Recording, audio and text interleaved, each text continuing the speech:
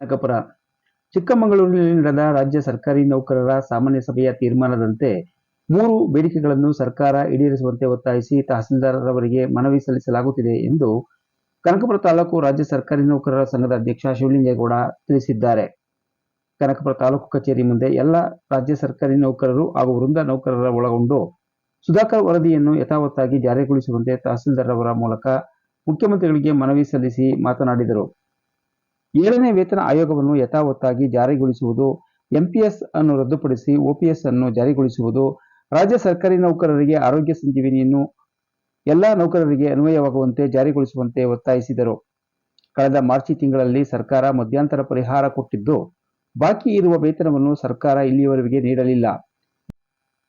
ಮುಖ್ಯಮಂತ್ರಿಗಳು ಚಿಕ್ಕಮಗಳೂರಿನ ಸಮ್ಮೇಳನದಲ್ಲಿ ನಮ್ಮ ಬೇಡಿಕೆಯನ್ನು ಈಡೇರಿಸುತ್ತಾರೆ ಎಂಬ ಆಶಾಭಾವನೆಯನ್ನು ಇಟ್ಟುಕೊಂಡಿದ್ದೆವು. ಸಿದ್ದರಾಮಯ್ಯನವರು ಸುಧಾಕರ್ ವರದಿಯನ್ನು ಕಾನೂನು ಪ್ರಕಾರ ಯಥಾವತ್ತಾಗಿ ಜಾರಿಗೊಳಿಸುವ ಭರವಸೆಯನ್ನು ನೀಡಿದ್ದರು. ಇಲ್ಲಿಯವರೆಗೆ ಯಾವುದೇ ಬಾಕಿ ಇರುವ ಮಧ್ಯಂತರ ವೇತನವನ್ನು ಬಿಡುಗಡೆ ಮಾಡದಿರುವುದು ನಮಗೆ ನೋವು ತಂದಿದೆ ಎಂದು ಬೇಸರವನ್ನು ವ್ಯಕ್ತಪಡಿಸಿದರು. ರಾಜ್ಯದಲ್ಲಿ 6 ಲಕ್ಷ ನೌಕರರು ಮಾಡುವ ಕೆಲಸವನ್ನು 4 ಲಕ್ಷ ನೌಕರರು ಮಾಡುತ್ತಿದ್ದೇವೆ. ಉಳಿಕೆ 2 ಲಕ್ಷ ನೌಕರರ ಕೆಲಸವನ್ನು ಒತ್ತಡದಿಂದ ಮಾಡುತ್ತಿದ್ದೇವೆ. ಇದರಿಂದ ನಮಗೆ ಆರೋಗ್ಯ ಏರುಪೇರಾಗುತ್ತಿದೆ.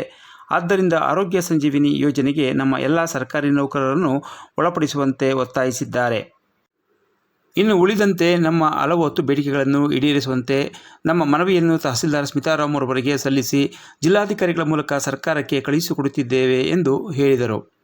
ಈ ಸಂದರ್ಭದಲ್ಲಿ ಸರ್ಕಾರಿ ನೌಕರರ ಸಂಘದ ಕಾರ್ಯದರ್ಶಿ ಎಸ್.ಪಿ. ಗೌಡ, ಖಜಾಂಚಿ ಎಚ್.ವಿ. ಚಂದ್ರಶೇಖರ್, ಹಿರಿಯ ಉಪಾಧ್ಯಕ್ಷ ಪ್ರಸನ್ನಕುಮಾರ್, ಜಿಲ್ಲಾ ಅಧ್ಯಕ್ಷರಾದ ರಮೇಶ್ ರಾವುಗೊಡ್ಲು, ನಟರಾಜು, ರಾಜೇಶ್, ಗೋವಿಂದರಾಜು, ಶಿವಕೆಂಪೇಗೌಡ, ಪರಶಿವಮೂರ್ತಿ, ರಮೇಶ್, ಸಿಆರ್ಪಿ ಮಂಜುನಾಥ್ ಸೇರಿದಂತೆ ತಾಲೂಕು ಸರ್ಕಾರಿ ನೌಕರರ ಸಂಘದ ಪದಾಧಿಕಾರಿಗಳು, ನಿವೃತ್ತ ನೌಕರರ ಸಂಘದ ಪದಾಧಿಕಾರಿಗಳು, ನಗರಸಭಾ ಶಾಖಾ ಸಂಘದ ಅಧ್ಯಕ್ಷರು, ಪದಾಧಿಕಾರಿಗಳು ಹಾಗೂ ಅಧಿಕಾರಿ ನೌಕರರು ಸೇರಿದಂತೆ ಎಲ್ಲ ವೃಂದ ಸಂಘಟನೆಗಳ ತಾಲೂಕು ಮಟ್ಟದ ಅಧಿಕಾರಿಗಳು ಒಳಗೊಂಡು ಹೆಚ್ಚಿನ ಸಂಖ್ಯೆಯಲ್ಲಿ ಸರ್ಕಾರಿ ನೌಕರರು ಪಾಲ್ಗೊಂಡಿದ್ದರು.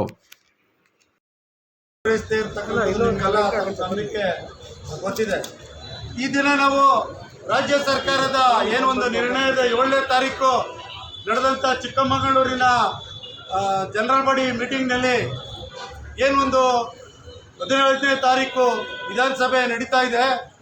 ಆ ಒಂದು ಸಂದರ್ಭದಲ್ಲಿ ನಾವು ಏನೊಂದು ಸರ್ಕಾರದ ಗಮನನ ಸೆಳೆಯುವ ಮುಖಾಂತರ ಆಯಾ ತಾಲೂಕಿನ ಸರ್ಕಾರಿ ನೌಕರರು, ತಾಲೂಕಿನ ತಹಸೀಲ್ದಾರರು ಮತ್ತು ಶಾಸಕರು ಮತ್ತು ಆಯಾ ಸಚಿವರುಗಳಿಗೆ ಏನು ಒಂದು ಮೆಮೊರಂಡಮ್ ಕೊಡೋ ಮುಖಾಂತರ ಮೊದಲನೇ ಹಂತದಲ್ಲಿ ನಾವು ಇದನ್ನು ಮಾಡಬೇಕಂತ ಏನೊಂದು ನಿರ್ಣಯದ ಮೇರೆಗೆ ಇವತ್ತು ಈ ದಿನ ನಮ್ಮ ಕನಕಪುರ ತಾಲೂಕಿನ ಸರ್ಕಾರಿ ನೌಕರರು ಇವತ್ತೆಲ್ಲ ತಹಸೀಲ್ದಾರ್ ಅವರಿಗೆ ಮನವಿಯನ್ನು ಕೊಡುವ ಮುಖಾಂತರ ಜಿಲ್ಲಾಧಿಕಾರಿಗಳ ಮುಖಾಂತರ ಸರ್ಕಾರಕ್ಕೆ ನಮ್ಮ ಮನವಿಯನ್ನು ಏನೊಂದು ತಲುಪಿಸಬೇಕಾಗಿದೆ.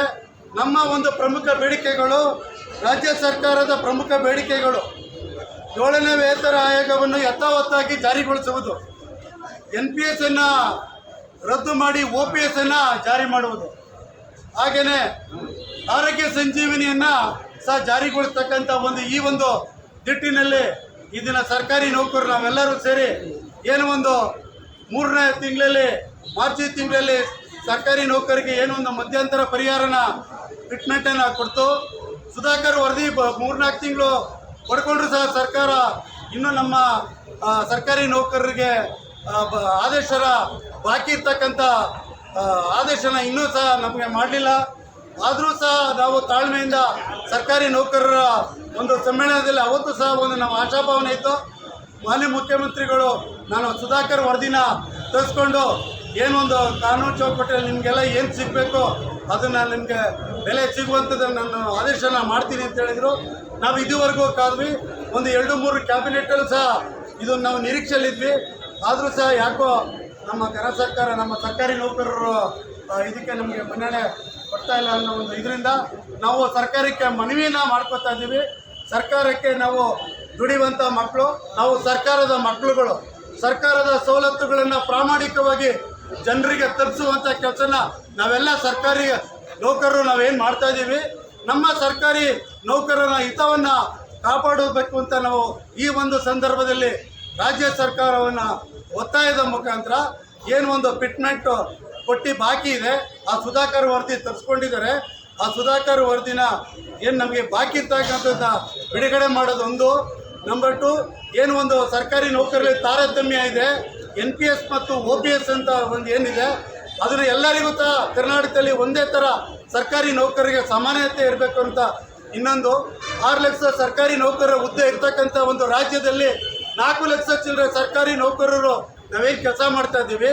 ಇನ್ನೂ 2,60,000 ಹುದ್ದೆಗಳು ಖಾಲಿ ಇದ್ದರೂ ಸಹ ಆ ಎಲ್ಲ ಸರ್ಕಾರಿ ನೌಕರರ ಒತ್ತಡವನ್ನು ಈ ದಿನ ನಾವೆಲ್ಲ ಸರ್ಕಾರಿ ನೌಕರರು ನಾವೇನು ತಲೆ ಮೇಲೆ ಹಾಕೊಂಡು ನಾವು ಒತ್ತಡದಲ್ಲಿ ಕೆಲಸ ಮಾಡ್ತಾ ಇದ್ದೀವಿ. ಈ ದಿಟ್ಟದಲ್ಲಿ ಅನೇಕ ಮಾರಕ ರೋಗಗಳು ನಮಗೆ ಬೀರ್ತಾ ಇರೋ, ಆರೋಗ್ಯದ ಮೇಲೆ ಪರಿಣಾಮ ಬೀರ್ತಾ ಇರೋ ದೆಸೆಯಲ್ಲಿ ಪ್ರಮುಖವಾಗಿ ಆರೋಗ್ಯ ಸಂಜೀವಿನಿ ಸಹ ಈ ಒಂದು ದಿಟ್ಟದಲ್ಲಿ ನಮಗೆ ಸರ್ಕಾರ ಸಂಬಂಧಪಟ್ಟವ್ರಿಗೆ ಕರೆದಿ ನಮಗೆ ಏನೊಂದು ಮಾರ್ಚಲ್ಲಿ ಪ್ರಾಯೋಗಿಕವಾಗಿ ಮಾಡ್ತು, ಅದು ಅನುಷ್ಠಾನ ಮಾಡಲಿಲ್ಲ. ಸೊ ಆ ವಿಚಾರವಾಗಿಯೂ ಸಹ ನಮಗೆ ಒಂದು ದಿಟ್ಟ ಹೆಜ್ಜೆನ ಸರ್ಕಾರ ನಮಗೆ ಕೊಡಬೇಕು ಅಂತ ಹೇಳ್ತಾ, ಹಾಗೆಯೇ ಏನು ಒಂದು 2 ಲಕ್ಷ ಚಿಲ್ಲರೆ ಸರ್ಕಾರಿ ನೌಕರರ ಬಾಕಿದ ವಾರ್ಷಿಕ ನಾವು 8,500 ರೂಪಾಯಿಗಳನ್ನು ನಾವು ಸರ್ಕಾರಕ್ಕೆ ಉಳಿತಾಯ ಮಾಡ್ತಾ ಇದ್ದೀವಿ. ಅದನ್ನು ಕೊಟ್ಟರು ಸಾಕು ನಮಗೆ ಏನು ಒಂದು 8,500 ಕೋಟಿ ವಾರ್ಷಿಕ ಉಳಿತಾಯ ಆಗ್ತಾ ಇದೆ. ಯಾಕೆಂದರೆ 6 ಲಕ್ಷ ಸರ್ಕಾರಿ ನೌಕರರು ಕೆಲಸ ಮಾಡ್ತಾ ಇರುವಂಥದ್ರಲ್ಲಿ 4 ಲಕ್ಷ ಚಿಲ್ಲರೆಗಳು ಅಧಿಕಾರಿಗಳು ನಾವು ಆ ಒತ್ತಡನ ಹಾಕ್ಕೊಂಡು ಮಾಡ್ತಾ ಇರೋದ್ರಿಂದ ನಮ್ಮ ನ್ಯಾಯಯುತ ಬೇಡಿಕೆಯನ್ನು ರಾಜ್ಯ ಸರ್ಕಾರವು ನಮ್ಮನ್ನು ಬೇಡಿಕೆಗಳನ್ನು ಮನ್ನಿಸಿ ಮಾನ್ಯ ಮುಖ್ಯಮಂತ್ರಿಗಳು ಮತ್ತು ನಮ್ಮ ಉಪಮುಖ್ಯಮಂತ್ರಿಗಳು ಸರ್ಕಾರಿ ನೌಕರರ ಹಿತವನ್ನು ಕಾಪಾಡ್ತಾರೆ ಅಂತ ಕೇಳ್ತಾ ನಮಗೆ ಈ ಒಂದು ಮನವಿಯನ್ನು ಮನ್ನಿಸಿ ಎಲ್ಲ ಸರ್ಕಾರಿ ತಾಲೂಕಿನ ಸರ್ಕಾರಿ ನೌಕರರ ಪರವಾಗಿ ಈ ದಿನ ತಹಸೀಲ್ದಾರ್ ಅವರಿಗೆ ನಮ್ಮ ಮನವಿಯನ್ನು ಕೊಡುವ ಮುಖಾಂತರ ಎಲ್ಲ ನಮ್ಮ ಗೌರವಾನ್ವಿತ ಸಂಧ್ಯಾ ಕಾಲದಲ್ಲಿ ಏನು ಒಂದು OPS NPS ಅಂತ ಏನು ಒಂದು ತಾರತಮ್ಯ ಇದೆ, ನ್ಯಾಯಯುತ ಬದುಕಿಗಾಗಿ ಸರ್ಕಾರಿ ನೌಕರ ರಿಟೈರ್ಡ್ ಆದಾಗ ಏನೋ ಒಂದು NPS OPS ಅನ್ನು ಮಾಡಿದ್ರೆ ಅವರ ಸ್ವಾವಲಂಬನೆ ಬದುಕುವುದಕ್ಕೆ ಒಂದು ದಾರಿದೀಪ ಆಗ್ತದೆ ಅಂತ ಹೇಳ್ತಾ, ಹಾಗೆಯೇ ಆರೋಗ್ಯ ಸಂಜೀವಿನಿ ಸಮೇತ ಈ 3 ಪ್ರಮುಖ ಬೇಡಿಕೆಗಳನ್ನು ಒಳಗೊಂಡಿದೆ ಮೇಡಮ್. ತಾವು ಜಿಲ್ಲಾಧಿಕಾರಿಗಳ ಮುಖಾಂತರ ಏನು ಒಂದು 3 ಬೇಡಿಕೆಗಳಿದೆ ರಾಜ್ಯ ಸರ್ಕಾರಕ್ಕೆ ತಲುಪಿಸುವಂಥ ಕೆಲಸ ಆಗಲಿ ಮೇಡಮ್. ಈ ಸರ್ಕಾರಿ ನೌಕರರ ನ್ಯಾಯಯುತ ಬೇಡಿಕೆ ಮಾನ್ಯ ಮುಖ್ಯಮಂತ್ರಿಗಳು ಕರ್ನಾಟಕ ಸರ್ಕಾರ ಹಾಗೆ ತಲುಪಿಸ್ಬೇಕಂತ ಹೇಳ್ತಾ ನಿಮ್ಮ ಮುಖಾಂತರ ನಮ್ಮ ತಾಲೂಕು ಸರ್ಕಾರಿ ನೌಕರರ ಪರವಾಗಿ ನಿಮ್ಮಲ್ಲಿ ಮನವಿ ಮಾಡ್ಕೊಳ್ತಾ ಇದ್ದೀವಿ ಮೇಡಮ್. ಸರ್ಕಾರಿ ನೌಕರರ ಸಂಘಕ್ಕೆ ನೌಕರರ ಸಂಘಕ್ಕೆ ಸ್ವಲ್ಪ ಹಿಂದಕ್ಕೆ ಬಂದ್ರ ಅವ್ರು ಅಗಲ ನಿಂತ್ಕೊಳ್ಳಿ, ಅಗಲ ನಿಂತ್ಕೊಡ್ರಿ ಮೇಡಮ್. ಹಾಗೇನೆ ಏನೊಂದು ಕಮಿಟಿ ಮಾಡಿದ್ರು, ಆ ಕಮಿಟಿ ಇದುವರೆಗೂ ಸಹ ಸರ್ಕಾರದ ಮುಖ್ಯ ಕಾರ್ಯದರ್ಶಿಯರ ನೇತೃತ್ವದಲ್ಲಿ ಒಂದು ಕಮಿಟಿ ಮಾಡಿತ್ತು. NPS ಅನ್ನು ರದ್ದು ಮಾಡಿ OPS ಜಾರಿ ತರುತ್ತೆ. ಬೇರೆ ಈ ರಾಜ್ಯದಲ್ಲಿ ಏನು ಅನುಷ್ಠಾನ ಮಾಡಿದ್ದಾರೆ ಅಲ್ಲಿ ಅಧ್ಯಯನ ಮಾಡ್ಕೊಬಂದು ನಾವು ವರದಿನ ನೀಡ್ತೀವಿ ಅಂತ ಹೇಳಿದ್ರು. ಆದರೂ ಸಹ ಇದುವರೆಗೂ ಒಂದು ಮೀಟಿಂಗ್ ಸಹ ರಾಜ್ಯ ಮುಖ್ಯ ಕಾರ್ಯದರ್ಶಿಯವರ ನೇತೃತ್ವದಲ್ಲಿ ಮಾಡಿಲ್ಲ. ಅದು ವೆರಿ ಇಂಪಾರ್ಟೆಂಟು. ನಮ್ಮಲ್ಲಿ ತಾರತಮ್ಯ ಇರಬಾರ್ದು. ಸರ್ಕಾರಿ ನೌಕರರಲ್ಲಿ ಎಲ್ಲರೂ ಒಂದೇ. ನಮ್ದೇನಾರ ಜಾತಿ ಅಂದರೆ ಸರ್ಕಾರಿ ನೌಕರರ ಜಾತಿ, ನಾವೆಲ್ಲರೂ ಒಂದೇ. ಸೊ ನಮ್ಮ ನ್ಯಾಯಯುತ ಬೇಡಿಕೆಗಳನ್ನ ದಯವಿಟ್ಟು ಈ ಪತ್ರದ ಮುಖಾಂತರ ಸರ್ ಇನ್ನೊಂದ್ಸತಿ ಕೊಡಿ ಮೇಡಮ್, ಗಮನ ಇನ್ನೊಂದ್ಸಲ ಕೊಡಿ ಸರ್. ಅಗಲ ನಿಂತ್ಕೊಳ್ಳಿ. ಎಲ್ಲರಿಗೂ ನಮಸ್ಕಾರ. ಇವತ್ತು ನಮ್ಮ ತಾಲೂಕು ಕನಕಪುರ ತಾಲೂಕು ವತಿಯಿಂದ ಸರ್ಕಾರಿ ನೌಕರರ ಸಂಘ ಎಲ್ಲರೂ ನಮ್ಮ ಏನು ಹಿಂದೆ ಕೂಡ ಕೇಳ್ಕೊಂಡಿದ್ವಿ, ಏಳನೇ ವೇತನ ಇರ್ಬೋದು, ಹಾಗೆ OPS ಜಾರಿ ಆಗೋದಿರ್ಬೋದು, ಆರೋಗ್ಯ ಸಂಜೀವಿನಿ ಇರ್ಬೋದು. ಇದು ಬಹುಮುಖ್ಯವಾಗಿ ಬೇಸಿಕ್ ಥಿಂಗ್ ಅಂತ ಹೇಳ್ಬೋದು. ಏನು ಮೂಲಭೂತ ಸೌಕರ್ಯ ಅಂತ ಹೇಳ್ತೀವಿ, ಆ ಥರ ಮೂಲಭೂತ ಸರ್ಕಾರಿ ಇವತ್ತು ಎಲ್ಲರಿಗೂ ತಲುಪಿಸಿ ಎಲ್ಲ ಸರ್ಕಾರಿ ನೌಕರಿಗೂ ಇದೊಂದು ಅನುಕೂಲ ಆಗೋಂಥ ಯೋಜನೆ. ಇದು ಆದಷ್ಟು ಬೇಗ ಜಾರಿಯಾದರೆ ಒಳ್ಳೆಯದು ಅಂತ ಹೇಳ್ತಾ ಏನು ನಮ್ಮ ಸಂಘದಿಂದ ಕೊಟ್ಟಿದ್ದಾರೆ ಅದನ್ನು ನಮ್ಮ ಜಿಲ್ಲಾಧಿಕಾರಿಗಳು ಫಾರ್ವರ್ಡ್ ಮಾಡ್ತಾ ಸರ್ಕಾರಕ್ಕೆ ತಲುಪುವಂಥ ಕೆಲಸ ಮಾಡ್ತೀವಿ. बोलो भारत माता की ಸರ್ಕಾರಿ ನೌಕರರಿಗೆ, ಸರ್ಕಾರಿ ನೌಕರರ ಸಂಘಕ್ಕೆ, ನಿವೃತ್ತ ಸರ್ಕಾರಿ ನೌಕರರ ಸಂಘಕ್ಕೆ, ವೃಂದ ಸಂಘಟನೆಗಳಿಗೆ